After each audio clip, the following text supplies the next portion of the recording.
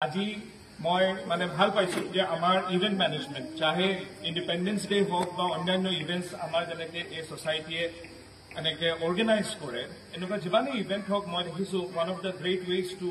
unite people is by arranging for sports events মই দেখিছো আমি আমাৰ অৰ্গেনাইজেশ্যনতো কেতিয়াবা আমি ক্ৰিকেট অৰ্গেনাইজ কৰো বা ভলীবল অৰ্গেনাইজ কৰো মানে টিম বিল্ডিং আৰু টিমৰ মাজত ইমান এটা বন্ডিং হৈ যায় দেখি মানে খুব নিজৰ চকু এটা শান্তি মানে অনুভৱ কৰে ঠিক তেনেকে এই ইভেন্টস বিলাক এটা ইউনিফাইং ফৰ্চেছ হয় কেনেকে আমাৰ সকলোৰে মাজত ডিফাৰেন্সেছ থাকিব পাৰে আৰু গ্ৰুপত বহুত মেছেজেছ দেখি থাকো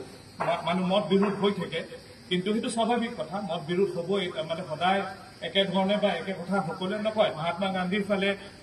মানুহে ব্ৰিটিছে চাই বা অন্যান্য মানুহে চাই পেলাই ঠাট্টা কৰিছিলে যে